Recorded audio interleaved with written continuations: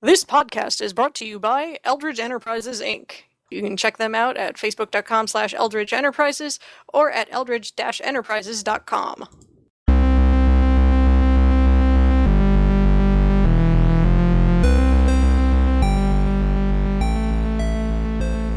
Hi, I'm Pixie. I'm Sen. I'm Parasim. And I'm Snake. And you're listening to Nerd Talk. It is August 21st, but it'll probably be later by the time this goes up. So, thing we did. Gen Con, obviously, was a thing in the last week. But first, we need to take care of some old business, because for once we all managed to see the same movie. That was Elysium. Starring, I think it was Matt Damon? Matt Damon. Matt Damon. Oh. Matt Damon. Are we just saying his name funny now? I didn't know that was a Matt thing. Damon is a great person, Apparently someone probably, hasn't seen but Team America. he's forever stained by Team America World Police. I haven't even seen Team America World Police, but anytime I hear Matt Damon's name, I think, Matt Damon. Excellent. Anywho, so Jodie Foster's in it too, and she's pretty great, actually. Oh, she rocks. Her performance was phenomenal. Likewise, the guy who played Vicus in District 9 is also in the movie as a villain, and officially in the running with Bane for the contest of silliest villain accent ever. Yeah, the District 9 lineage seems like a pretty important angle on this movie. Nobody's going to be impersonating that at parties, though. Like, I feel like you hand somebody an empty cup, and drunk people will gather around and try and do a Bane impression, looking at you guys, Rooster Teeth. Whereas, like, this one, not so much. Yeah, I don't think anyone wants to channel Kruger. Because you just sound like this all the time. You just sound like a drunken Australian that's trying to do a British accent at the same time. I don't even know It's if rather that was, disturbing. like, Australian. I'm not sure what that accent was. I was thinking maybe pseudo-Scottish, but yeah, Australian trying to do a Scottish accent might be the best descriptor I've heard. Bravo! What it kind of seems like is one of those times where the script might just say an accent. It doesn't say what accent, it just leaves it to the actor. Reminds me of now. I was struggling to think of it. It reminds me of Donovan Hawk in the Kasumi Stolen Memory DLC of Mass Effect 2. That's where I was He thinking. talks like this, accent. it's not quite... He has no specific accent at all. It's a specific accent. I have no idea what it is. It's just a mixture of so many different things. It's Right, the space accent. I'm Exactly. Future when we've all had space accent, mixed yeah. accents. It was just a matter of, like, I know you're issuing really scary death threats, but, no. I'm giggling at your accent rather than being afraid of what you're saying. Yes, because, well, Donovan Hawk sounds like he's every time he talks, and it sounds like Kruger's being choked by a flogging Molly CD. And yes, I did just say that. Okay. That's what it sounds like. Excuse me while I weep for a moment. For those of you who don't know what flogging Molly is, shame on you. Anyway. So, District 9. Hmm. A lot of people I know really liked District 9, and I thought it was decent. I was a little... The District 9 was a huge ham-handed race politics metaphor, and while it was super ham-handed, it was probably correct in where it was coming from. It's like, the aliens are the black people in South Africa in District 9, and let's talk about apartheid. This Well, one is very what I have ham-handed about the Class and immigration politics. yeah, really. It could also be a very, very transparent providing free healthcare thing, Yeah, that too. I think. This is multi-purpose, I would say. So, but all of that, I have but you not know, seen access it. to healthcare is very much tied to access to other economic opportunities. So I could see where you're going with that. The one angle that I have heard on it is that Matt Damon is the white person who comes and saves all of these poor brown people from being poor and brown on the filthy earth. Well, interestingly enough, all of the characters in the movie have Latino names. Matt Damon plays Max DaCosta. Jodie Foster's character also has a Latino name. I can't remember her character's last name. No, she's French, I think, in this. She plays like Yes. Delacour or something like that. But also, Oh, bam. what? Okay, so you're right. Yep, Delacroix. But it wasn't just their names; it was also that Spanish Yeah, was there just was as dominant, if not more dominant, than English on the Earth. Right. So It's kinda Matt like Damon Firefly was in playing a Chinese. Latino character, Yeah, right. but he just happened to be white. I suppose. Well, I mean, But all of the other Latino There characters are- around him who were on the Earth were actually Latino. well, except no. Think about it. Like, there are fair-skinned Mexican. That's a thing. Like, Oh yes. Right, but Matt Damon. like isn't one Sen of them. are. Well, yeah, that's true, but it's not. Yeah, Matt Damon's about as far away from a fair-skinned Mexican as you can get. Because he's Matt Damon. Exactly. Matt Damon. I This was joke is thinking not about. going to die. I was thinking about Sen, our friend Nathan, whose girlfriend loves pulling that trick question about her race thing. Yeah, always fun. So, let's continue.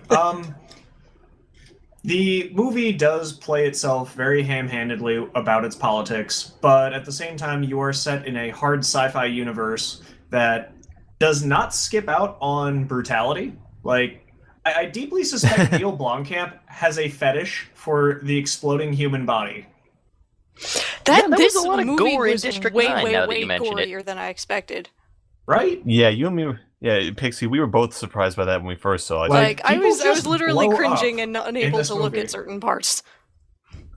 Yeah, I know. I was definitely there, but at certain parts, it seemed gruff and cringy, and yeah, someone gets their arm broken, but then suddenly later on, bam, half of someone's face blows off. Wow, that comes out of nowhere. Because usually in sci-fi, you point out something, Pixie, about the fact that in sci-fi they look for excuses not to get gory, right? It's like usually violence in science fiction is very clean and very sterile. You'll see people get disintegrated or zapped with like laser wounds or cauterized immediately. Think like Star Wars lightsabers. Or the phasers in Star Trek. Like, science There's fiction no tends to blood take in place either of those. in very sterile environments. This was very not that. Ugh. Sorry, I have a thing with like eye stuff, and that makes me very squicked. Oh, well, is there eyes being subjected to damage in this Yes. movie? Because that is like a specific thing that I know multiple people who are fine with a lot of gore, but will specifically avoid being exposed to eye-related gore, and just like not see movies as a result of it, which is fair. Yeah, no, the movie is extremely brutal in every way. Yeah. Which isn't to say that's a bad thing, because if we're going for a very gritty example of what these situations would put people through, then yeah, this makes total sense. So, just give me some background on this. Why are the rich people living in space? Why are the poor people poor? Just as a heads up, I would just say spoilers for anybody that's listening because the movie's still rather new. Okay, well, Ish. we are about to spoil Elysium. There, good. Okay, thank you. So as far as I'm aware, the Earth got overcrowded with people, and we kind of farmed it for resources and polluted it, and now it's crappy. And so the people who had money went to Elysium, and it's this like space station that's like seems either space travel got really advanced, or it's very, very close, because there is a line of dialogue in the movie that mentions like you can get from Earth to Elysium in 20 minutes. Which is crazy if you think about it. Considering how long it takes us to go to the moon, yeah.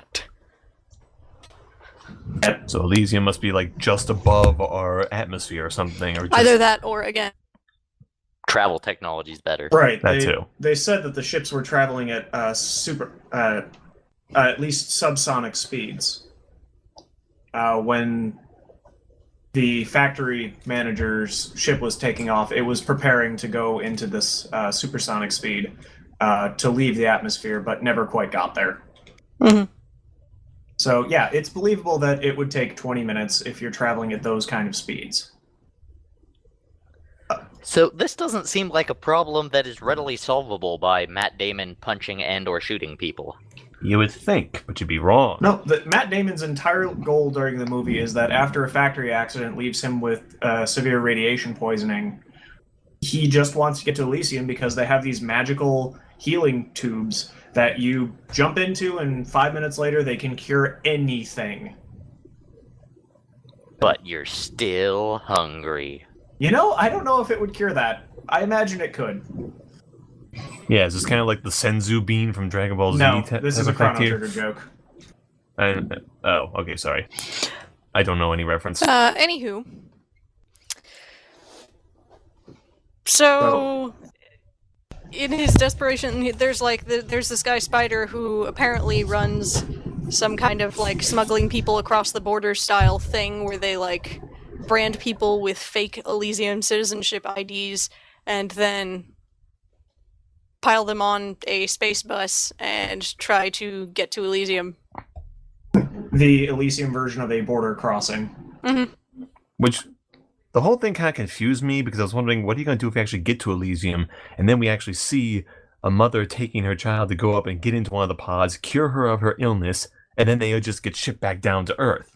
But now they're actually elongated, so there's actually a very good reason for going up, because then they'll still be sent back to Earth, but they'll be back to their health. Right, provided you don't get shot down with missiles on your way.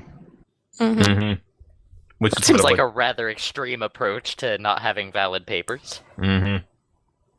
Except, it seems like the people in power don't wish to do that on Elysium, but Delacroix takes a very heavy-handed approach to illegal border jumping. Is there like a good reason for that? Are they going to contaminate Elysium with a disease or something? That seems to be what she's worried about. That it will ruin the lives of the people who are there. She's worried it's like she's interpreting it as like an act of war, basically, by a foreign entity. That, you know, they're not going to stop at taking advantage of our medical stations. They're going to want to invade the place. So what she is a racist, but is this presented at all as race or strictly class? Strict class. Class, yes. Okay. So what she is she's the way Although, American now that I'm racists thinking about it, do are not there want any Mexican people of immigrants. color on Elysium that we see? Yes, there are. Right. There's some Latino, and weren't there some African Americans too on one of those quick runs they were going to do to the factory owner? The president's name was Patal. That should say enough. Okay. Yes. Well, he was But, barely in it, so... He had a few scenes. Okay, so yeah, Farhan But we can Taylor never- plays President Patel, so yeah, we've got an Indian guy in charge, so there's that. But we get a very interesting mindset onto exactly how the Elysium people see the people of Earth now, because the president of this one factory is coming down, seeing what happens to Matt Damon after he gets that big dose of radiation, and he's talking to like the head of the fact floor or something. And when the president comes down with his two guards, that robots, he tells the guy, "Don't breathe on me. Just turn that way. Don't breathe on me." And just that one little act right there, fully shows you exactly where everyone stands in this world. That's how high up Elysium sees themselves over the people of the Earth. That they can actually say, "Don't breathe on me," and the other guy will say, "I'm sorry, sir." That might also be a status money thing, because he is, you know, the CEO of this big company. Still, it was a very simple you can little see, spot. like, you know, the way he carries himself. He stands very tall. He's dressed in a finely pressed suit. The middle managing guy who had the offensive breath is like in a white polo, and you know you can see the style So go down as you go further down the food chain. William Fichtner, by the way, super creepy and very, very well done. Yeah, as I John like Carlyle. the detail of the skin branding that they showed the Elysians is doing for aesthetic. Like he had the multiple ridges on his forehead added aesthetically. There were women in the movie who had like elaborate skin patterns done on themselves. It's just a neat little detail that these people can just afford like these faux tattoos. So traditionally, the model in science fiction And is Elysium that is you basically take- designed as like beach resort Halo. Yes, I'm glad you made that reference. Like there's no airlocks or anything on Elysium. There's no processing for the ships. Like you just fly into this atmosphere controlled open air section. Like your spaceship can just land in Elysium. It's just in the rings. You can see, like, golf courses and pools. It's just, there it is. So what makes the atmosphere stay where it is? Are there force fields, or is it massive enough to keep its own There's no atmosphere? there's no force field or anything because ships are flying Yeah, because right like I through said, it. the illegal immigrant sky bus thing just kind of crashes into it. So Actually, that's kind of the strange thing. Elysium itself doesn't really have any, self-defenses to speak of. except for the Because when they missiles, shoot down- dude. Did you forget those? Well, yeah. But here's the thing, though. Those missiles weren't fired from Elysium. They were fired from Earth, from It's Kruger. true. There was a man on the ground that they called and went, "Hey, fire those missiles upward, okay?" And he went to a nicely disguised bus that had his equipment in it, and he just shot missiles into space. That is real hilarious and has great metaphorical implications Right. of, like, using racism to divide the oppressed against each other. You could think more on that to Well, no, he figure just out what happens the to be implications on are, Earth. but He's an Elysium sleeper agent. Like, he can go up there and get healing and stuff. Oh, yeah, okay. no, he's not a Earth person that they just dictate to do that. You don't just hire the people on Earth to keep the people on Earth from sneaking up to Elysium. No, I they don't send know, they send their guys down to micromanage. Honestly, In that's fact, how the that's why that higher-ups on CEO, played by Elysium... Fitchner, is there. That's kind of how the Elysians would like to think of him, though. Like, Kruger is not a well-liked individual in the Elysium universe. Oh, In no, fact- because he's a terrible person. Yeah, in fact, his And- standing as a government agent gets revoked during the movie. Like, without any case or anything, the president just says, like, he's done. I can't believe you're It still happens using rather him. fast, too. So, Yeah, it happens very fast, Because too. he's basically That's- a sociopath. Yes, and we get that established very oh quickly. yeah. In fact, a lot of stuff in this is. In fact, here's the thing: in District 9, one of the things I love about that is it starts very simple and just starts picking up and picking up and picking up, and it keeps transitioning so steadily that you can believe it starts out as a documentary and then ends up with giant alien robots blowing up people with machine guns. But in this movie, it starts out with a little bit of backstory and then just hits the ground running. It doesn't stop at any point. I think that's a solid thing in Elysium's favor. That, yeah, there's very little build-up. It's telling you these things, it's showing you these different set pieces, and it's just going, and if you're not keeping up, it's your own fault. Keep going. Because it wastes no time at all. I don't know, I think we had to wait like 20, 25 minutes before we got to see the first human body explode. That's short for a Neil Blomkamp film. Uh-huh. In any case.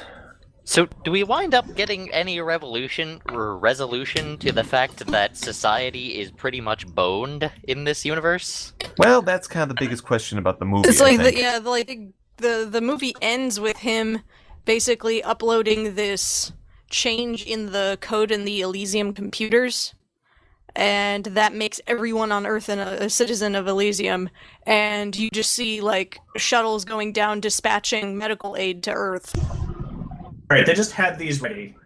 Ships with dozens of these insecure medical pods. Just set to go. Could have left any time. But no. And just Well, healing everybody. well, So well, and that's so another it's like kind of, I guess, how that Well, like you were talking, Pixie, before about how this could, or I forget if it was you or someone else, but was mentioning this could be also a giant metaphor for Yes, that was healthcare me.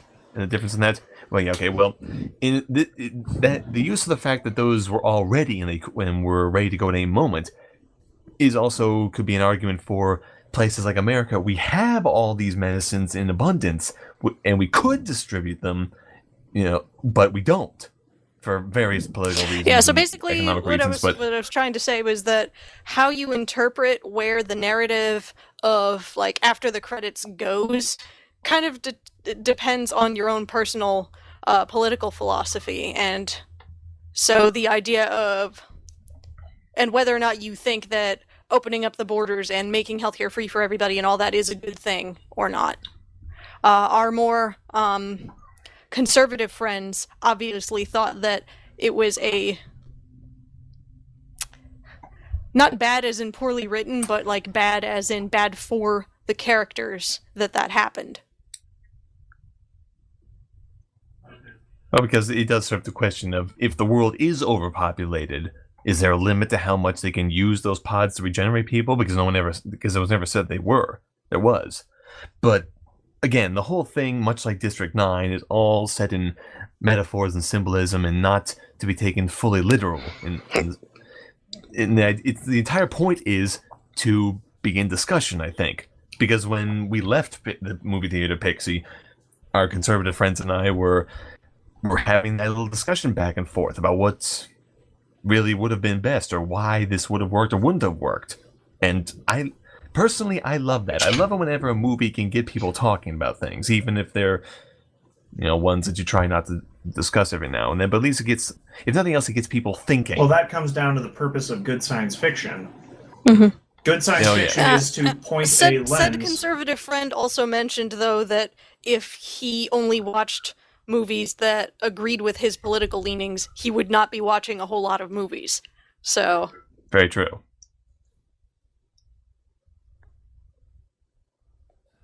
Sam, what were you saying? The idea of good science fiction is that it points a exaggerated lens at a series of issues existing in contemporary society.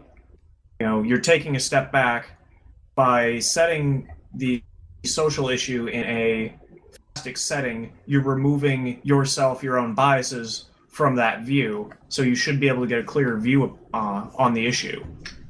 And that's exactly what this did. That's exactly what District 9 does. Like, it is... I'm not going to say it's a waste of a film when science fiction is just for the sake of really cool effects, blood, and violence. Because those movies can still have a purpose, they can still be fun, but this is what sci-fi is intended to do. This is one of the things that it's one of the best things it can be used for. Yeah. Is what you're saying. No, I agree with you. That makes very good sense. And if nothing else, that particular use of science fiction seems to be Neil Blomkamp's specific wheelhouse, and he's definitely a director to keep an eye on for that kind of material. Absolutely. Oh yes, and Pixie, like you said, our friends did mention if he only watched stuff that agreed with his political views, he would hardly watch anything. So if anything else, it's good to go outside your comfort zone sometimes and try to see all different views on different Speaking matters. Of being uncomfortable, though, dang.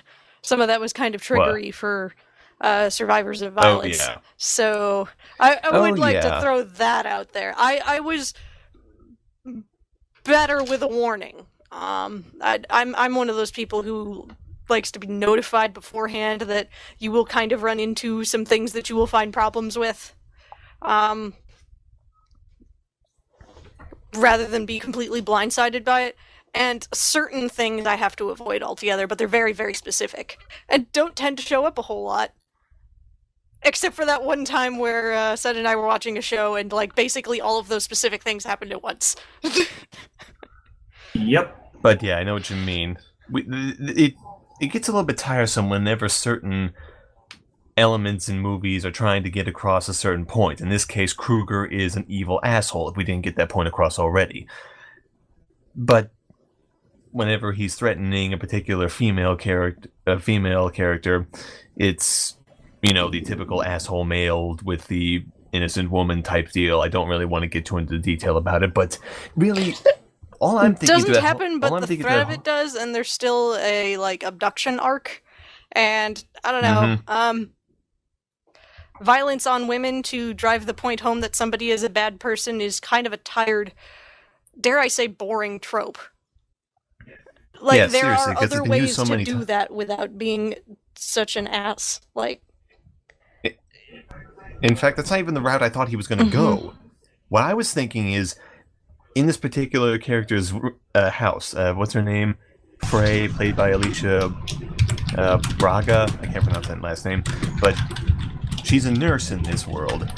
So she spent, and at her house, she has a lot of medical equipment. I thought what he was going to do was going to be mentioning about her work, about the fact that she tries to help sick people, and then start destroying all of her medical equipment. alright, Sen, you need to go. Yep. So, see ya. I will catch you guys later. Enjoy the rest of the show. Alright. Catch you on the flip side, man. Alright, Snake, I need you to start that line of thought over. Okay. It's just, it gets very tiresome seeing the usual violence against women being used when there are so much more potent ways that someone could use, could get a message across. Like, usually you don't see violence against men being used as intimidation because it's always seen that men can take it. So, and so the idea comes from an and inherently sexist place where women are powerless and need to be protected. Yes, and in my mind, I didn't even think that was the way Kruger was going to go. Because the way he doesn't see anyone else as that significant in his mind. It's all about what he's after and what he's trying to get out of life and just the excitement of what he does. So, Alicia Barga plays a character named Frey, who's Matt Damon's love interest, and who happens to be a nurse on Earth. Now, she has lots of medical equipment in her house when she's being confronted by Kruger. I thought what he was going to do was actually going to be threatening her work. Or destroying her medical supplies. Exactly, destroying her medical supplies, because that's very rare. As we've seen, the hospitals are filled up, and they need it all. Although so I figured that he was going to be... it turns out that her medical equipment was for personal use because her daughter has leukemia. Well, that too. So it's like there's this weird pseudo soft spot thing where Kruger is like having some delicate sensibility about children being witness to violence, but only to the extent of close your eyes while I am hurting your mother. Yeah, seriously. I thought that's what he was... The whole thing was very... That would have been Seriously, though, that would have been a whole lot better, saying he doesn't like children being witness to violence, so I'm not going to hurt you, but I am going to destroy all this equipment that could help her. I thought that would have been a lot more potent and much less trickery for people. I thought that would have been a lot better.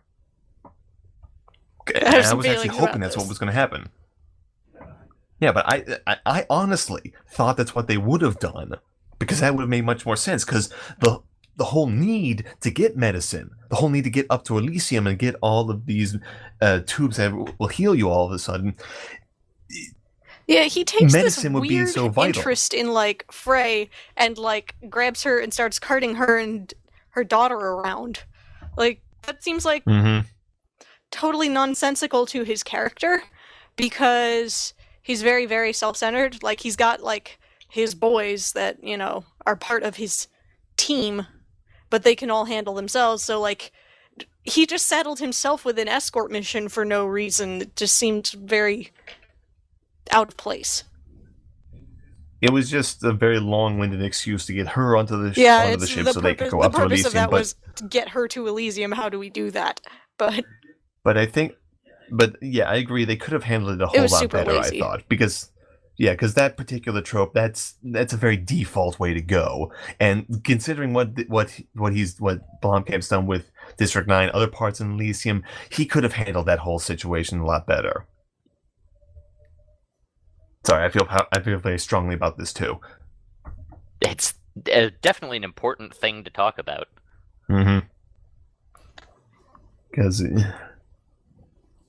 Also, can I just go on a side tangent for a second here? Sure, I mean, that's... Absolutely. Why the hell is Johnny Knoxville getting a movie? That is a huge side tangent.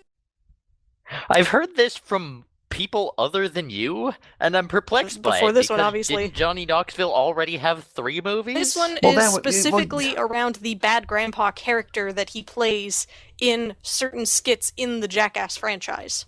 So that Which got only its own tells thing. me. Which only tells me that there is some moron out there that's willing to give money to this jackass for being so you incredibly said it. lazy that he can't. What? Boom. You said the title of the movie that he's well known for, which is Jackass. Yes, I did. It just bugs me, because once I saw that whole trailer come up before we saw Elysium, I literally covered my eyes because I didn't want to actually see anything that was associated with him, because everything he's associated with is so stupid and so lazy and so pathetic, I can only hope that he can't reproduce because of all the damage that's been done to his groin. So apparently I get uncomfortable when eye disfigurement happens in film. Snake's discomfort is triggered by Johnny Knoxville. Good to know. I had a lot more of a positive opinion of the entire Jackass crew before Ryan Dunn wrapped his car around a tree being super drunk.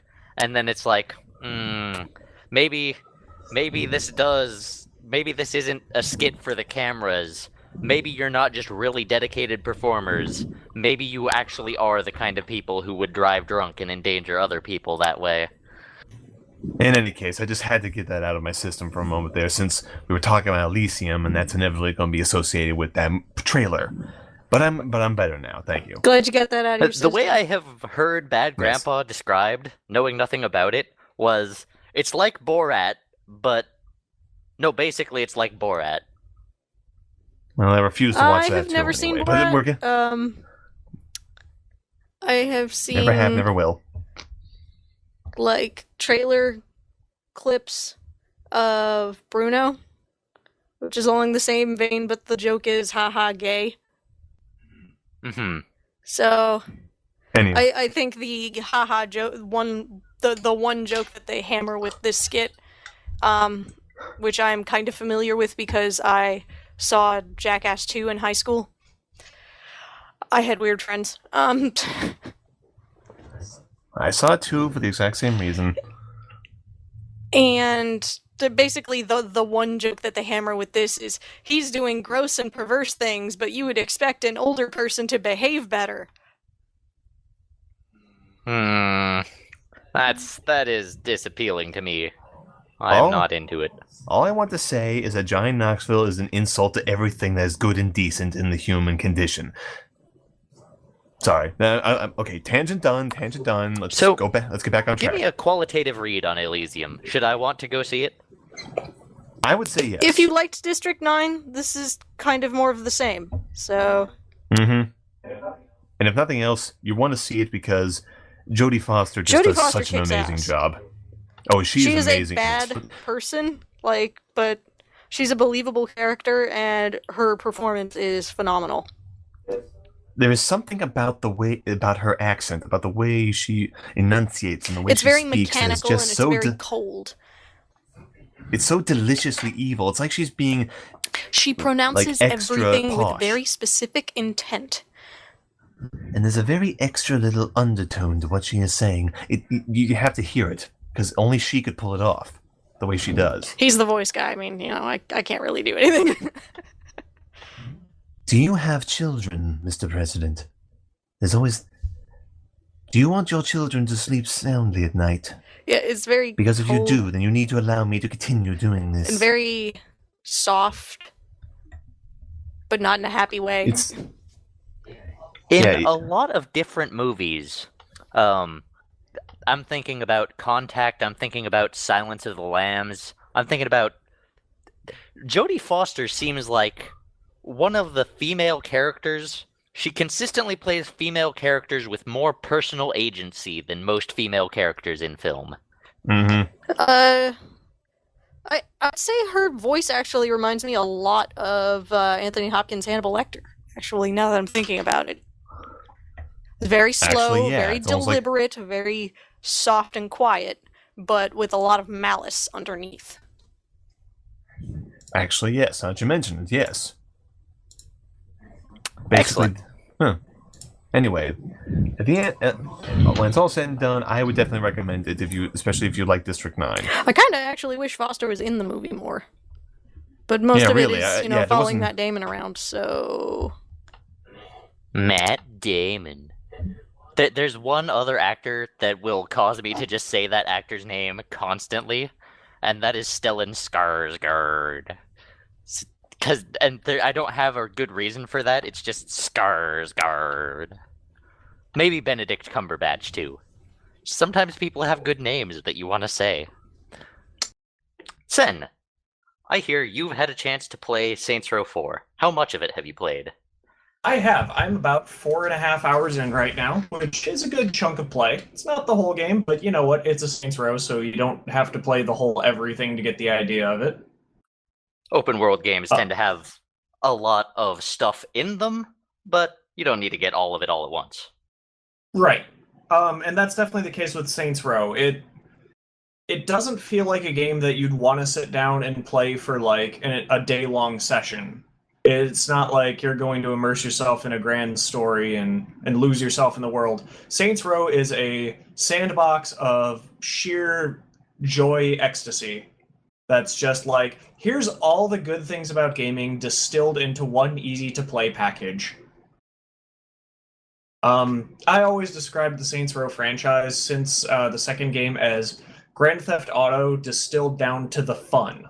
It doesn't have a super gritty, realistic story that you'll get caught up in the struggle of the characters. No, it has a silly, fun story that you can just you want to high five about the things that are happening in the storyline as they go, because they just get increasingly more outrageous, and it all launches off with you becoming the president of the United States by stopping a terrorist attack.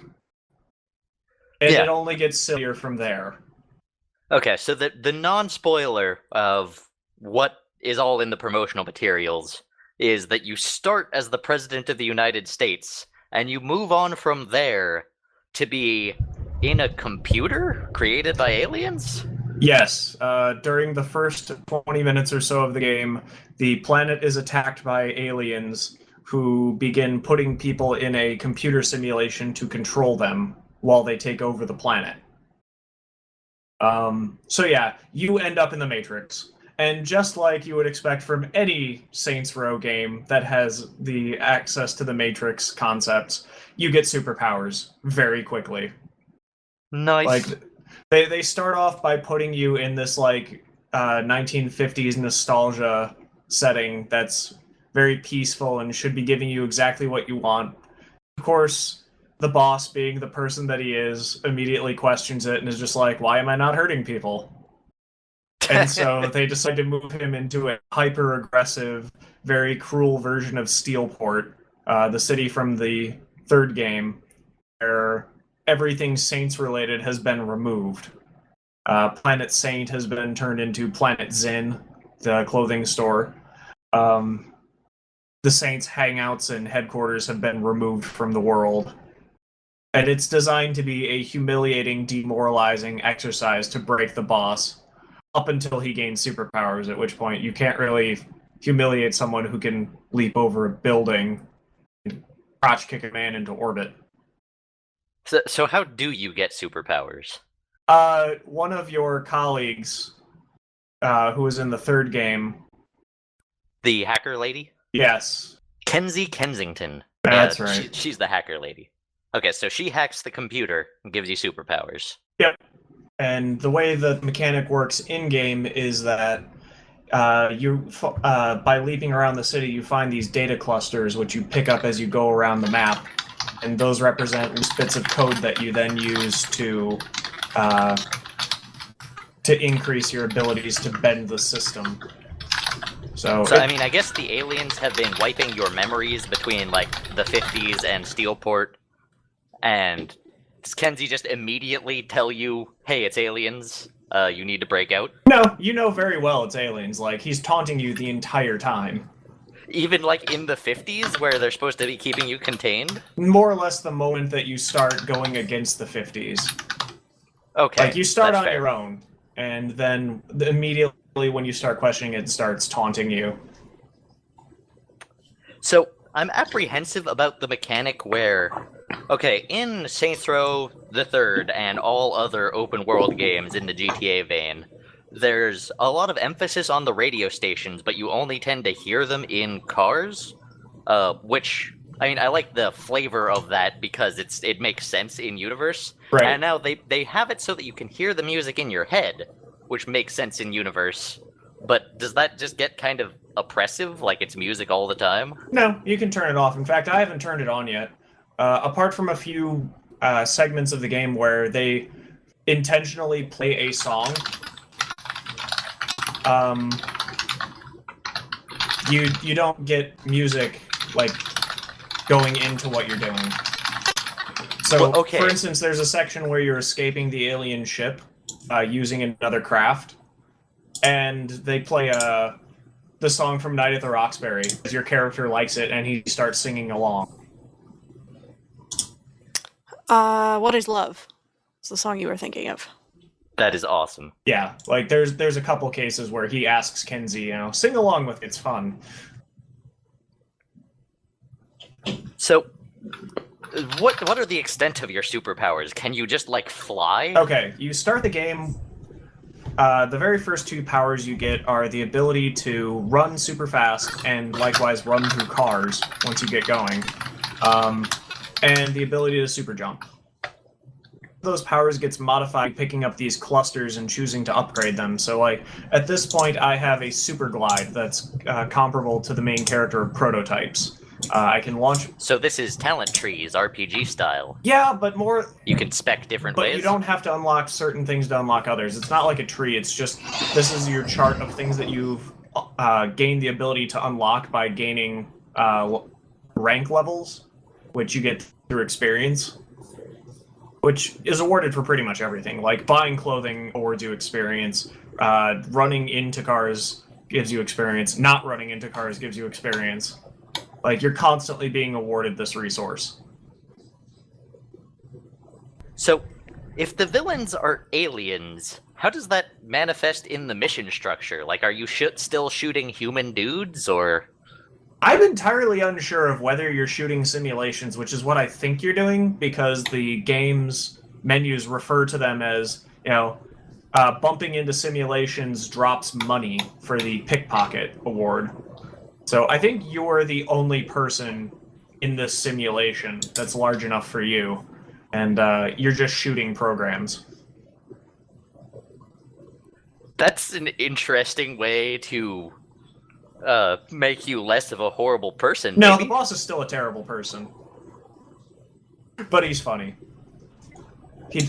So, like, what's the character customization? Is there still, like, a bunch of different voices? Oh, yes. And in fact, the joke voice of this game, because there's always one in a Saints Row game, is voice actor Nolan North portraying voice actor Nolan North.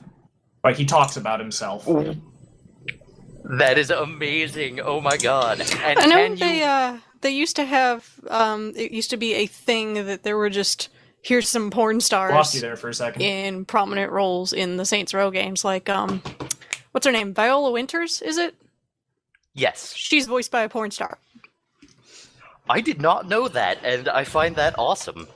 I think they were going to not do that with this game, hypothetically, because some of the people pushing for that... It's a story I wrote about before, briefly, and I'm gonna have to dig it up now.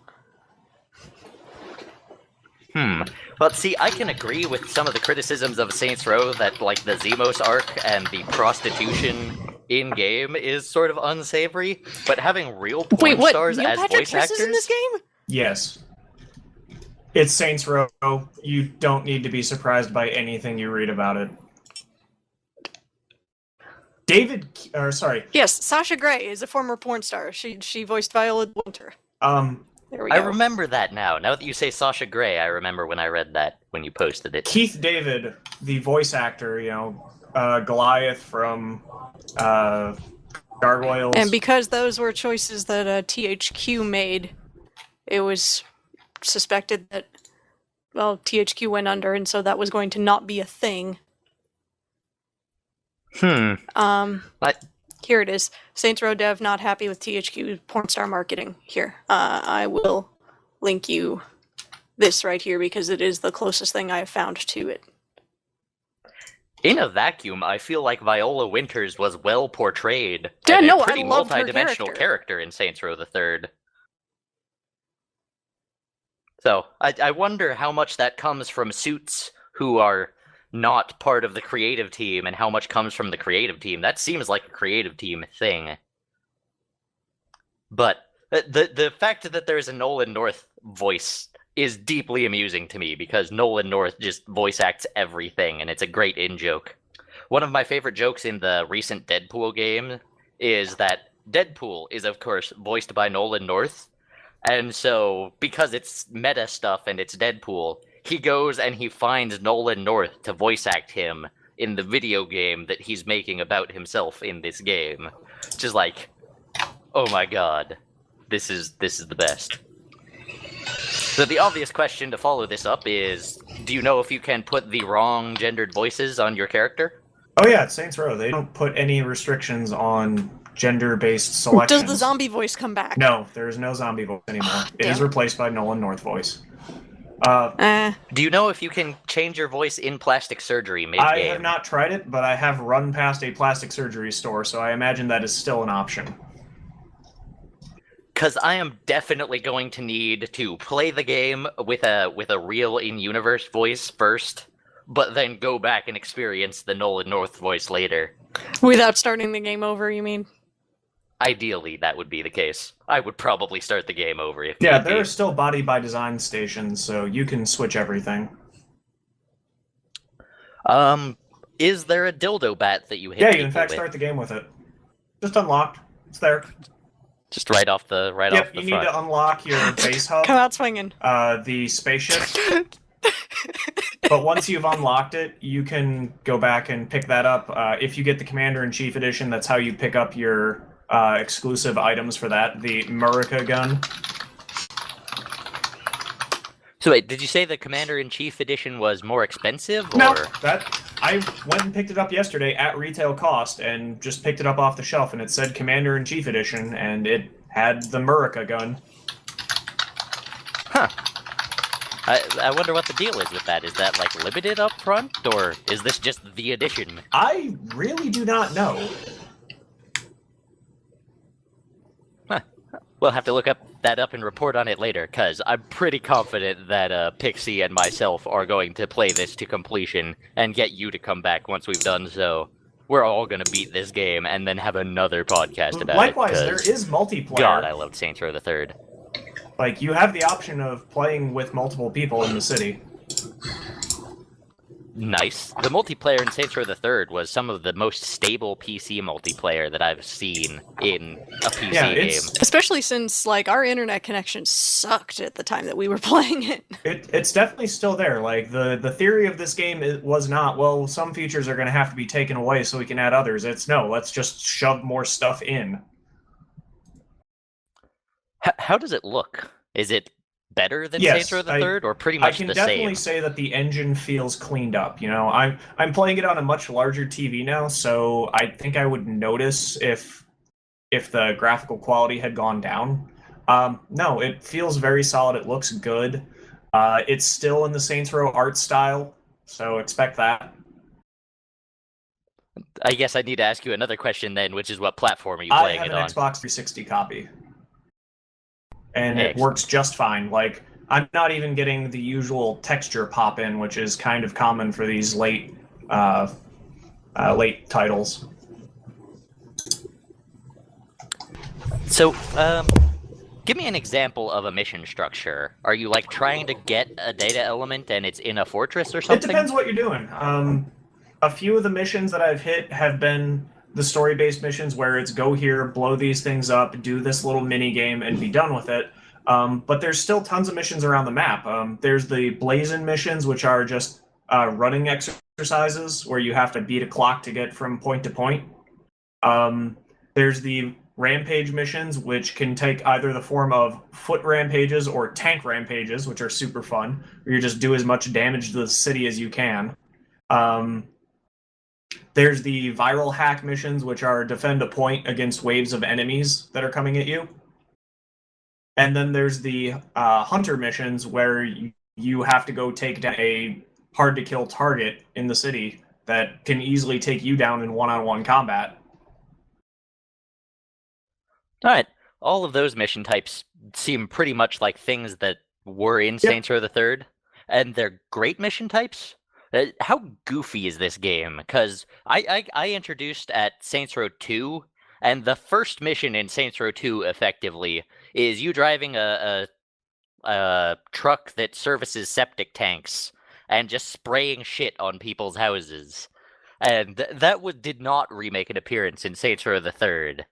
I wonder how goofy or not goofy it's going. It gets kind of silly at moments. I went through an entire section of the game butt naked, fighting my way off of an alien ship.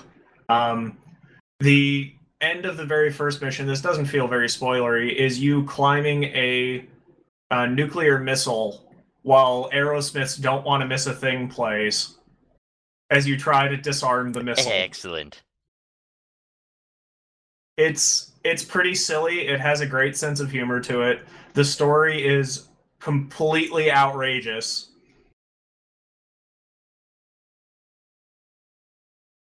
And I have one last spoiler for Saints Row 4 before we go, and I don't think this is going to bother anyone because it's already been revealed in promotional material. Johnny Gat returns. Give it to me. And he is awesome. And it is explained in canon why he does. I hope it's explained well, because I feel I might go strongly either way it's on awesome. this. Okay, well, I got to find this out now. It's worth it. It's awesome. All right, we will definitely talk about this more. Go buy and play this now, If you like video games, just do it. That's it.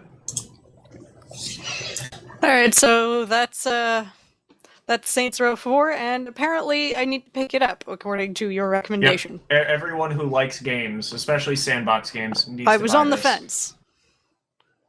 If you in any way enjoyed Saints Row 3, you will like this better, because it's Saints Row 3 with superpowers and a continuation of the silly, silly story of the Third Street Saints.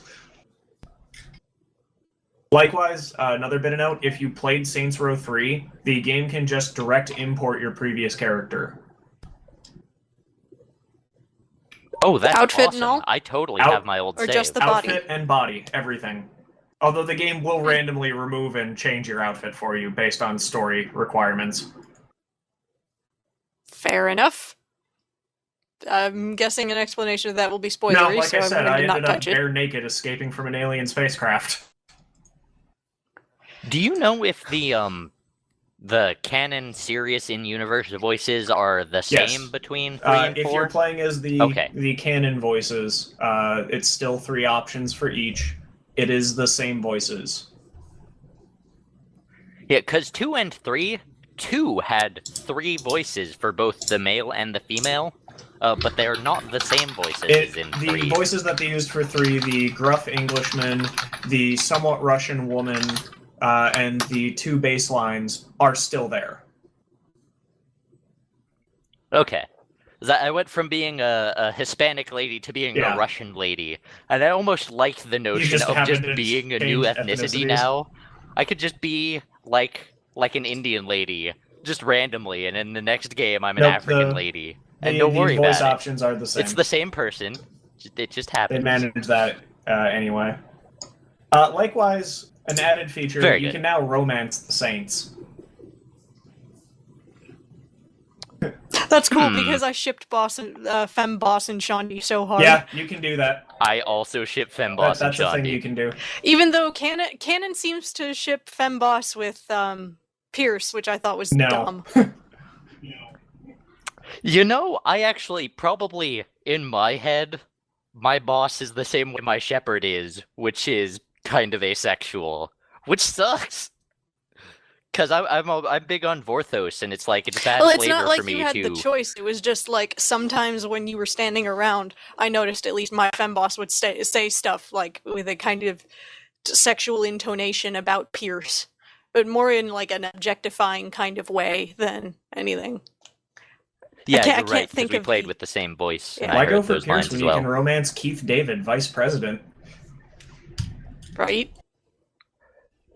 Has Burt Reynolds made a new I have appearance? not seen Burt Reynolds yet. Burt Reynolds, mayor of The Steelport. celebrity that I've seen the most so far has been Keith David. I'm looking at this list of celebrity voice presences that I linked in the chat box there. And Neil Patrick Harris. Yeah, oh my god! I said I that love that already. they're just playing themselves.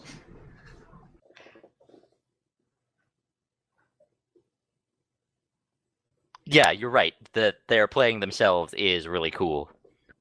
And like the universe even geeks out about these things. Like Boss geeks out Michael about Dorn? Keith David, AKA Worf from Star Trek. Michael the Dorn. man whose advice will never be listened to for all eternity. I hope Michael Dorn shows up with a wrinkly forehead, and it's just not even. It's just Not a even a character thing. model of Michael Dorn, but just with I just wrinkly hope forehead. we ignore him. Like I'm gonna get really Yeah, disappointed and if we then take he gets his advice. hit and thrown up against a wall. My God, for the security officer on this ship, you are bad. Let's see. Troy Baker, who was Booker in Bioshock Infinite. Nice. So, that's a thing. Yeah. But we'll conclude on Saints Row Forward by saying So, that we were yes, at I'm Gen going to Con. continue playing this game. Yes, we were. And I think Gen everyone Con. else should. I met Yeah. Graham Stark. I Oh met my Graham god. Stark Oh my first. god. Oh my god. I hugged Graham Stark before any of you met him. It's true. Pixie met Graham Stark first.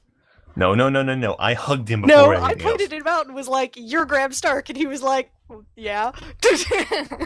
It is true. That is my name. else. I am actually like not that unapproachable or famous, and I actually am a little bit surprised that you're regard me as a celebrity. It was very, very strange because he was taking pictures of Snake and I addressed, obviously. He was Snake from Metal Gear Solid 3. That's kind of his thing. Mm. He has a Big Twitter boss, now kind of my trademark. and a Facebook. So you can check out pictures of us at GenCon Snake on Twitter or facebook.com/GenConSnake.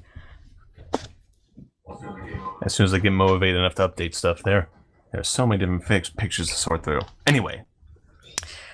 The pre-Gen Con fever had you well motivated, but now that it's through, you're just kind of depleted. I'll get back to it eventually, don't worry. But yes, he was taking pictures of us at So the time. yeah, so him and somebody else with very expensive looking cameras were like taking pictures of us, and I was like, I'm standing here thinking to myself, that guy looks familiar. Yeah, I Maybe thought a it was cosplay like, I know? No. Yeah, I thought. And then I that's was what like, he was doing. I've seen him in 2 dimensions before on a screen on the internet. That's Graham Stark. I was like, are you Graham Stark? Oh, I had a question mark on it because I didn't want to be all like, that's totally Graham Stark, and then be wrong and then look like an idiot. Because And then let's he face had. it, white dudes with like beards and or glasses, like, are basically He's everyone basically at Gen Con. Agent Coulson, except with more hair. Oh god, this again. The only thing is he wasn't wearing a black In any t-shirt. case, yes. So he wasn't quite blending into the Gen Con, to the But I typical mean, Gen white Con dudes crowd. with beards is kind of the Gen Con crowd. So Yes. I wasn't quite sure. And then he was like, "Well, yeah, that's me." And so I was just like, "Can we please get a picture with you?" He's like, "Absolutely." He was quite shocked that we actually knew who he was, because the two of us went all fanboy fangirl all of a sudden. We were just like, "We love Feed Dump. Your show miraculously cured his mono in 3 days. It was amazing." Yes, when I had mono, I basically binge watched Feed Dump. For like 3 days, I was there. Mm-hmm. It was good. It was quite good, yes. But, like, the curve on loading ready run videos on YouTube, at least, where the view counts are exposed, it's like they get up to, like, 3,000 before they start asymptotically slowing down, which is not a super high number. I feel Well, like to be fair, loading ready run. the Escapist probably has much, much higher view counts, and that's where the bulk of their work is. Their YouTube is for behind-the-scenes stuff. I'm sure you're Which- right about Offshoots. that. Yeah, behind the scenes never gets nearly as many views as the main ones. But yeah, there's no doubt about that. Loading Ready Run, their sketch comedy and such is a niche market. I mean, Yeah, so it's like Not like the rest of the day we were super excited about this because it's like we got a picture with Graham Stark and he said our cosplays were amazing and we met this person that we admire their content so much. It was like nobody else could understand why we were so excited. It's like Canadian sketch comedy group. Yeah, that's kind of weird. yeah, it was very To difficult try and because explain so to we just any- had to keep.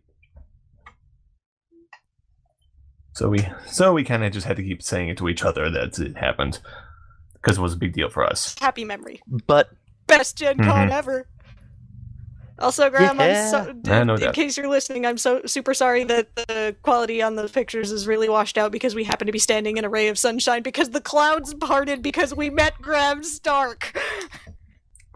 Okay, now you can look. Okay, now you can't push Okay, it yeah, here I a know. little That bit. was more of a bid for nope, humorous nope. effect. I feel that this is 100% justified. Zero Well, regrets. yeah, Total truth. Like I say, I'm one to talk because Pixie, you went in to shake his hand. I just full Yeah, on that's hugged true. him right you there and were said, just meeting this person for the first time. This giant man, mind you. And you just freaking hug him. He's tall. dressing all camo, yeah, and eye patch. I'm pretty Graham sure that- Stark is tall. Just like famous people Well, are no, supposed to Graham be. Stark didn't seem especially tall to me, no more than other people do, because everybody's tall in comparison to me, hence my stage name. But, like, Snake here is really tall, so this is a giant That's man true. just hugging you on first meeting is kind of intimidating. I don't know. In any But- case, Not only did you meet Graham Stark said he liked your costumes. Oh, we were super pumped. So Yeah, what, he even- what were you dressed as at the time, I was Pixie? Meryl from Metal Gear Solid 1, and mhm. Snake here was Snake from the third game. Oddly enough, though, Graham actually shared a little anecdote with us, saying that one time he actually dressed up as Snake in the all camo one time and went to a sushi restaurant. And when he was there, all the chefs looked at him for a second and froze, and then they just stood straight and gave him a salute. So I don't know. So that sounds hilarious and amazing. I want to be saluted by an entire line of sushi chefs. Yeah, now I have a Hell goal. yes. Yeah, because then at that point, he said, there might be a sushi place nearby here, and we thought, I was talking about Mikado, So, the Japanese Oh, right. restaurant in downtown Indy. well, that place is rather expensive, though. But in any case, we met Graham Stark, got photos with him, he liked our costumes, he tweeted about us, and he shared an anecdote So with us. that was a good day. That was a good day. We swung by the Flying Frog Productions booth, which was really all we expected to get out of the con.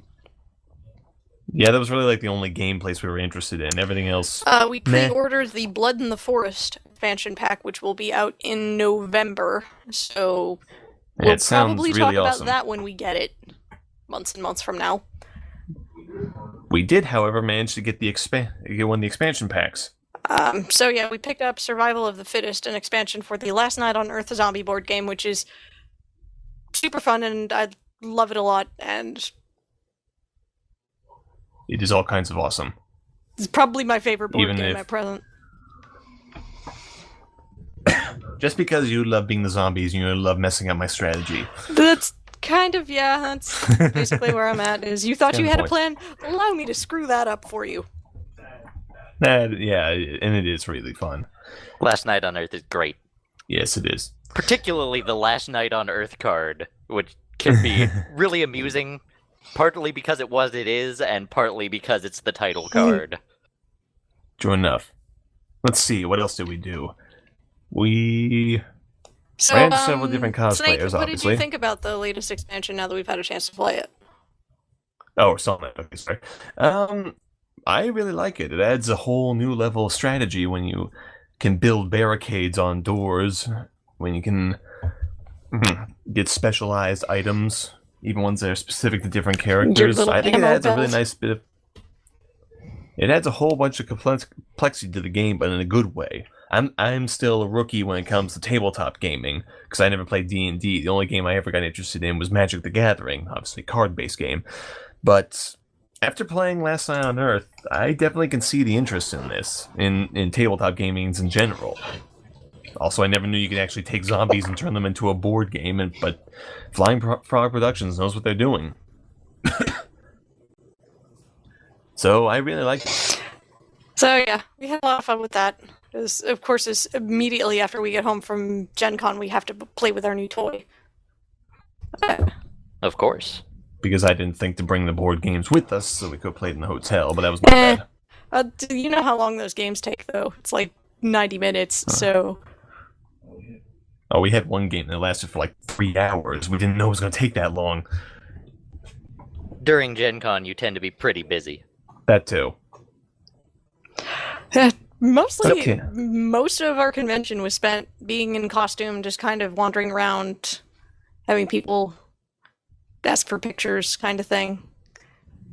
Feels very Indeed. much like being a Disney I have princess. 2 cosplay questions for you. Yes. 1, tell me a little bit about your alternate costumes, and 2, what were the favorite other costumes you saw at the con? Oh, Okay. golly. That's quite a bit that I missed from previous years that have been there forever that I only was getting to see for the first time. So this is kind of a little bit weird for me to answer. So Thursday and Sunday, I was Faith from Mirror's Edge. That went over awesome, and I cannot wait to get my hands on the photos for the shoot we did on Sunday. It was amazing. Pixie's Faith is amazing. If you're watching the YouTube version of this, I will put pictures in the YouTube video right I here. have Yeah, acquired quite some awesome. pictures from other places, so maybe I will have to send you those. My favorite part about it, Pixie, was the way you described dressing up in costume, particularly Faith, because the way you ran into people Where on the it's first like, you know, day. people are like, my kids love that game, can they get their picture with you and stuff. It's like, you feel like a Disney princess where all the kids are like recognizing their favorite character or whatever, and they just want to run up to you and meet you, and it's super great. Of course, I'm kind of unabashedly love being the center of attention, so, you know, there's that. I love this. You've now coined the phrase "the Disney princess effect," basically. I'm going to start using that. So now. yeah, that's always awesome. You tend to get the same reaction a lot dressed as Snake, particularly when they see you have the box with you. Oh yes, the bloody box. And I then have. The I thing like with- the detail on which he gets the snake reaction too, though, which is that people recognize him as the wrong snake. Close Well- enough. Well, just because Solid Snake is the main. Well, it's the term mostly used in the series, and Big Boss can mean so many yeah, different because things it's used anyway. for other So just characters. So most of the time, people just go with Snake. Though a lot of times I've been called Solid Snake.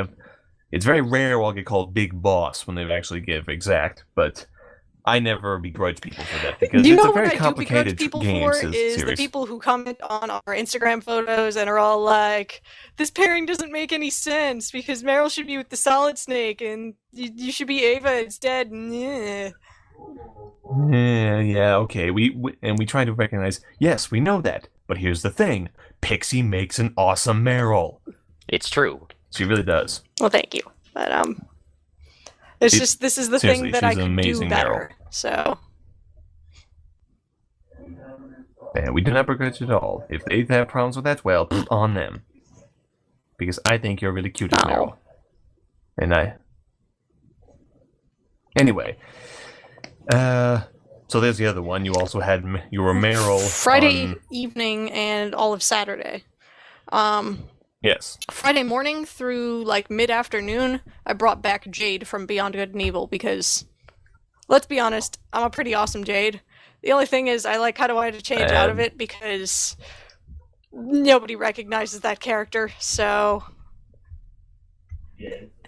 Yeah, it's a very, very I get a lot of niche people asking me audience, who I am 'cause- with that, and and even when I explain it, they're like, "Oh yeah, I never played that."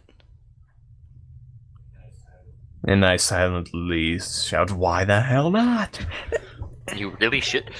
You know, I almost wonder about the prospects. I realize that you don't have intention to play Jade again in the immediate I've future. actually thought about carrying some Xbox Live, like, Microsoft points, handing it to them and going, Yeah, that was it is exactly this much my money, plan. go buy it.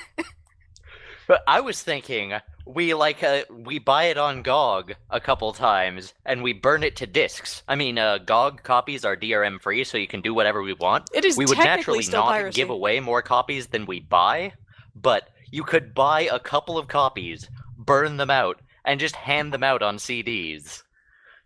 Just Given the like, fact- here, you didn't play this game, but you should. Here's a copy. It is, yes. But It's I probably understand pretty you cheap on wanting to mobile hang up games, Jade actually. anyway. It's probably pretty cheap. yeah. No doubt, no doubt. But yes, there were her 3 costumes throughout the con: Faith, Jade, and Meryl. So I had 3 costumes, what the heck? And what were your alternate costumes, Snake? I was Big Boss. My typical Snake Big Boss.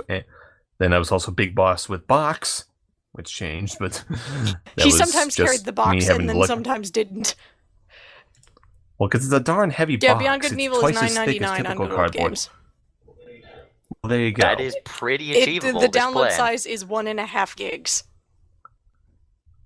That's slightly too large to put on CDRs, but we could use DVDRs. Well, you can get creative with it maybe later.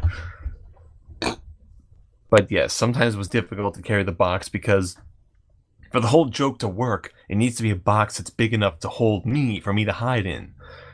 As you can imagine, being 6'5", I need a rather large box. And since I'm a perfectionist, I actually... so many people asking me to get in the box, taking photos of me getting out of the box, but it's also worth it. And thankfully it's sturdy, so when other people want to get in the box, it's always doable. It has held up for many and years. then it has held up for many years, and it seems like it's still going to be good for a little bit, while How'd you longer. acquire that box anyway? I actually stole it. You thief! Yeah, well, at my school, they were bringing in a bunch of new furniture for one of the office buildings, and when I was leaving from my part-time job there, I noticed a box just leaning up against the wall. Looks like it was going to be thrown out with the rest of the trash, and I looked at it and, that's pretty big. So I opened it to see how wide it is, and it was I couldn't give you the exact dimensions, but I stepped in and kneeled down, and I looked around and said, yeah, I could definitely fit in this thing. Looked around, nobody was watching. Yoink! And I shoved it in my car. And then he made stencils for it and painted it himself. Yes, I did, because I am that neurotic. You're just a cosplayer. But Hooray! that too. But I do love how it turned out, and I am quite proud of that box. It's just It's slightly it's annoying, just annoying. when you go It's out without it, and then everybody's all like, where's the box? the box. Where's the box? Where's the box? But everyone's so happy when they have the bloody box. God forbid if I ever tried to go through the parade without the box. Which we might do next think I need year to just put- without the box. I think what I need to put it on a little cart and attach it to my belt just so I can drag it I don't behind know. me. It seems like it would be very likely to get messed with that way. Yeah, most likely. I'll probably Or you get a bunch of balloons, and you fill the box with balloons, and then just, tether it to you. The You know- point that the box just floats. the crazy thing is I actually have debated about that if it would actually work. Okay, well, maybe not, just regular balloons, but you could, get a bladder that is just, you could fit it into the inside of the box better than just random balloons and fill it with helium. Well, that's something to be debating about later on. But in any case, that Snake in the box were my main cosplay that I wore all of Friday and all of Saturday. And then Thursday and Sunday, I dressed up as Ratman, a character called Doug Ratman from Portal. He's not a character explicitly in the game, and in fact, his story doesn't get fleshed out unless you go read the comic titled Lab Rat that Valve released. Now, all the little chambers where it's written "the cake is a lie" and you see a bunch of garbage strewn about the floor, those are all drawings Ratman's on the codes. walls That's where that give you arrows pointing you where to go next. that's all Ratman's doing. He's the one that makes all the murals on the walls and the paintings and whatnot. But I think it's kind of weird that Ratman's legal birth name is actually Ratman. because it's like, okay, one of the best lines from the Sam Raimi Spider-Man movies is, "What are the odds a guy named Otto Octavius would wind up with 8 arms?" But it's like, we called him Rat Man because he was the man who lived like a rat when we didn't know anything about him. And then that's just his name now. Well, obviously it's part of the joke.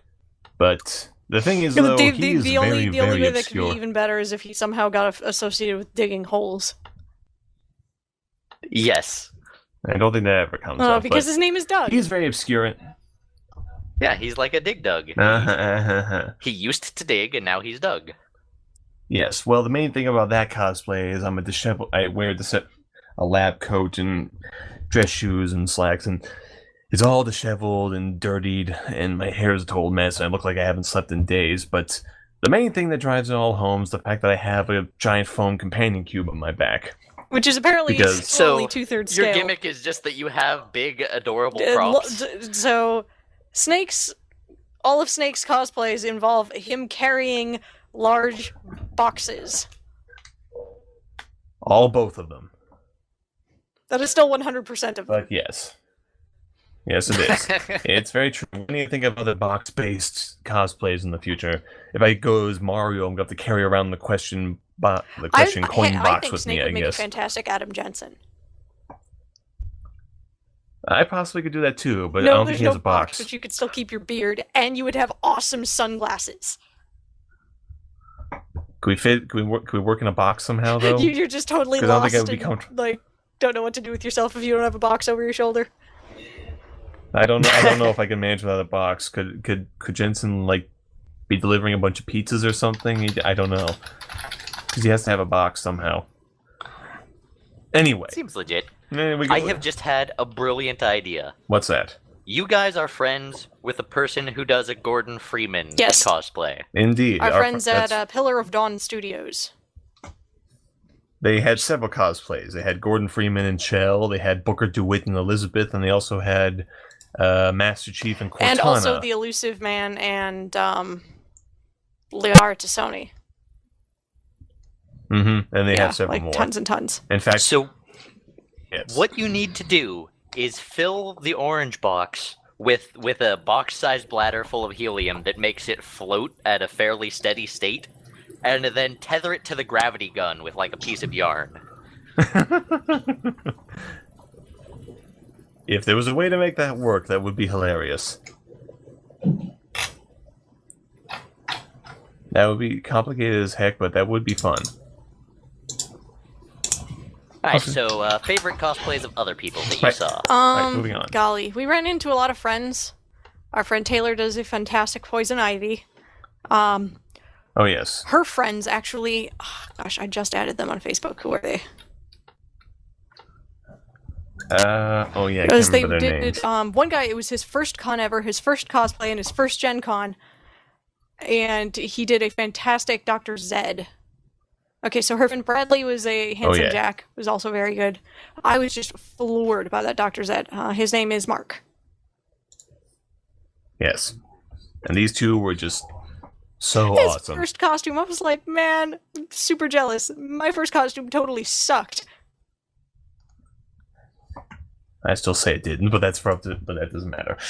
In any case, yes, those guys were quite awesome, and Taylor always makes a great Poison Ivy. Not just because she has the figure for it, but because she has the right attitude and right mindset. Sometimes for certain cosplays, it's not just being able to look the part; it's also being able to give the proper performance, which is why they say I make such a good Ratman, because he's a schizophrenic. That was a joke, by the way. We No? Let's see, who else did we run into? Our friend Brandon was a pretty sweet ocelot, and his girlfriend Stephanie, another big boss. It gets confusing when multiple different characters have the same name. Yeah, she was a female version of Big Boss, but from Metal Gear Solid 5, so technically my future self. And of course, we hung out a lot with our friend Courtney. Who does a phenomenal Silent Hill nurse. She also had a really cool Zero Oh, yes. cosplay from Borderlands 2 With a Minecraft head. because they're still working on the helmet. We've seen the work on the helmet, though. It's very nice. They actually have their The own little sword cosplay glowed. It company. was pretty cool. Oh yeah, because she actually does cosplaying with her parents Cosplay over for at us all. Cosplay for Us All. They do great work. Okay, what else did we run into? So I've realized something that I didn't think about at some point, and I'm amazed that I haven't Mhm. thought about this. But the obvious conclusion is that I should put together an Otacon.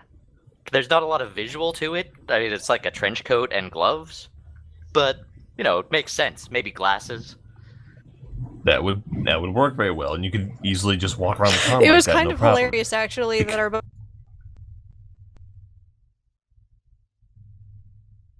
lenses for them because he just got LASIK like a week before the con. It was so we had to have glasses with no glass in them. We were teasing him and calling him a hipster, Yeah. but apparently it's totally okay if at one point he did actually need them. Seems legit. I guess so. What else did we see? We saw a Captain America and a Wonder Woman on stilts for some reason. There was the saw- gangplank from last year that just kind of warms my heart because he's very loud and very boisterous pirate voice, and also he had the orange with him. Yeah, he scares the hell out of me every time because he always shouts whenever he sees somebody. Ah! Like, calm down, man. I get it, you're a pirate. But yes, he was quite in the spirit of things. Ran into a guy dressed as a solid snake. Dakota. He was pretty awesome. Yeah, Dakota. He actually had said he had never seen a really good Solid Snake cosplayer want to try his Yeah, hand that's at. true. I don't really And see a lot of good Solid Snakes. There were some No, but he pulled very, it off very great. awkward issues with the gentleman bits of the Solid Snakes that I had seen previously at Anime Central. And incidentally, there was the similar problem with the Lego Superman Yes, from quite. this year. There was a guy dressed up as Lego Superman who Really could... stands to wear a cup. Well, yes, indeed. But yeah, Dakota did a really great job at Solid Snake, and he said that this is his first Gen So we Con, did the too, and parade he- together. It was pretty sweet. He let me borrow his airsoft We gun. had our own little Metal Gear Solid group with Brandon as Ocelot, me as Big Boss in both of us Metal Gear Solid 3. You were Meryl, Pixie, and Dakota was Solid Snake from Metal Gear Solid 1, and we had Stephanie as Big Boss Metal Gear Solid 5. So we had a lot of it covered. So There's a big group. yeah, Pyro, if you wanted to come as Otacon, that would definitely help round things out a lot more. And then we can, whenever all of the trolls from Homestuck line up for their group photo, we can just line up opposite of them for our Metal Gear photo. There you go. But yes, Dakota was quite awesome. What else did we see? There was a surprising number of shells, oddly enough. There were several of them. Most of them the Portal 2 variety, though. Mm-hmm. Our friend who dressed up as Chell had Portal 1 and 2. As she was saying, people were approaching her as oh, it's really refreshing to see a Portal 1 shell. She, goes around with, just some Gorilla Tape on her feet and no shoes. She's pretty hardcore when she's not wearing the long fall boots. Oh, yes. She's quite intense. Several dozens of links, of course, because those seem to be a requirement now. We were talking about the best It has to be ones, the- not just everything you saw, dear. Oh, okay. Sorry. Well, one of the funniest things I saw was the Boba Bronies. The guys dressed up in Boba Fett armor, but it was all My Little Pony So there was a themed. pink one with, or there was a purple one with, a unicorn horn, there's a yellow one with wings. It was hilarious. Kind of funny. That one I Especially really the ones who aren't bronies and don't get it, but they do recognize Star Wars, so they're like Boba Fairies? I don't get it. liked. Yeah, it was hilarious. Yeah, the Star Wars cosplays tend to kind of steal the show because it's so universally recognizable that everybody stops for their picture and they make a huge group. It just this giant area in front of the exhibit hall gets completely taken over by them. And for that moment, the rest of us Yep. don't exist. Oddly enough, I didn't see any R2 units this time, and they're Might have usually been in there. the exhibit hall. We didn't spend a lot of time in there. It was kind of funny because we were just thinking, man, we could probably totally get away with just buying Sunday badges since that's the only time we go shopping.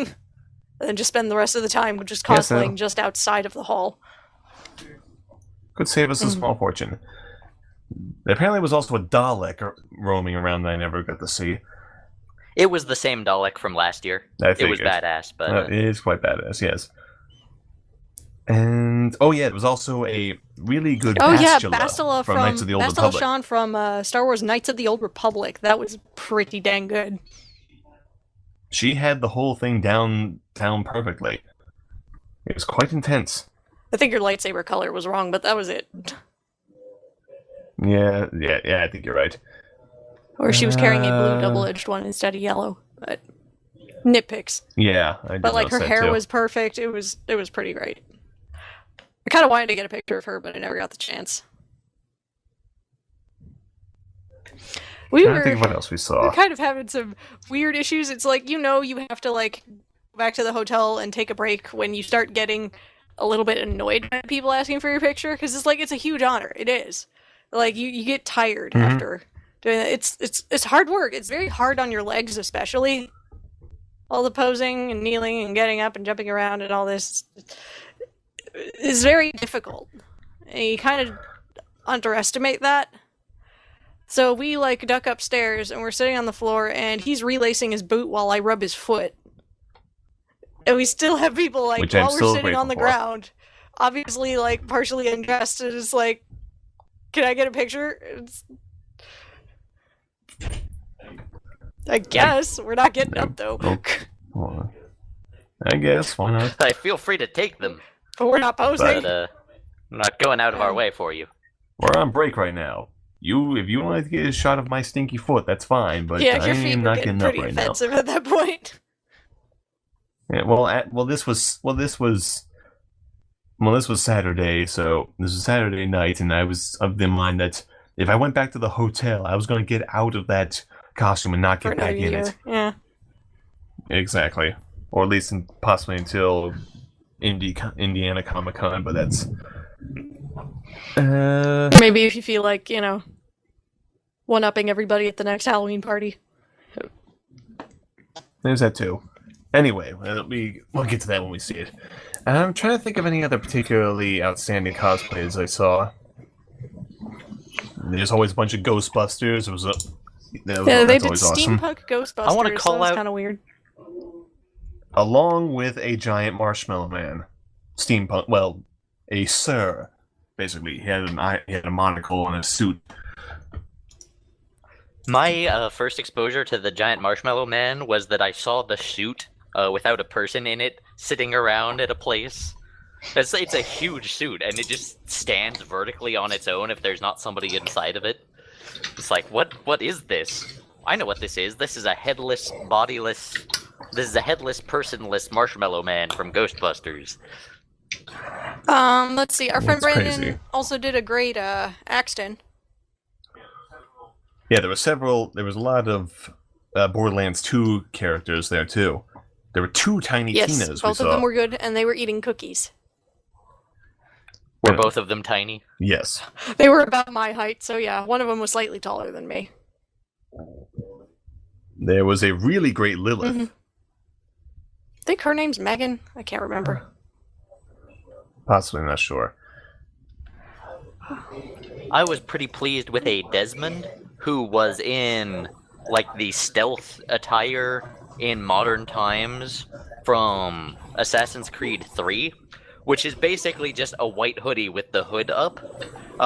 But the particular reason that his costume was compelling is because that he was pretty deep in character and he was walking with the right walk cycle. It's like he was just walking slightly slow for a normal person at a very deliberate pace, and it was like, I can tell from your gait that you're Desmond more than anything else, and I liked that. Okay, I can forgive cosplays that's a little bit lazy if you can actually own the performance in that case. And he also had his head angled slightly down, was not looking around at anything. it was just he was very in character, and that made it pretty effective. Going back here through my photos. I didn't get a chance to take a whole I lot. think of any. There's a lot of I didn't pictures get a of chance me to take on my any. phone where I'm trying to take pictures. The people are taking pictures of me. Mm-hmm. But there's some really kick-ass photos of her as Faith. Just about every photo of her as Faith is kick-ass. Pretty much. So, But I'm trying to think of any particular cosplays that stuck out in my mind. Nothing's really coming up. I saw. Okay, there was somebody on stilts who was not a Wookiee this time. Was that Rusty Balls again? Did he have long red hair? I'm Like, not sure. It looked like leprechaun-looking he was dude? wearing like a dapper person. I don't know. Didn't see it. What? The one thing I've ever seen him as is a Scotsman or a Wookiee.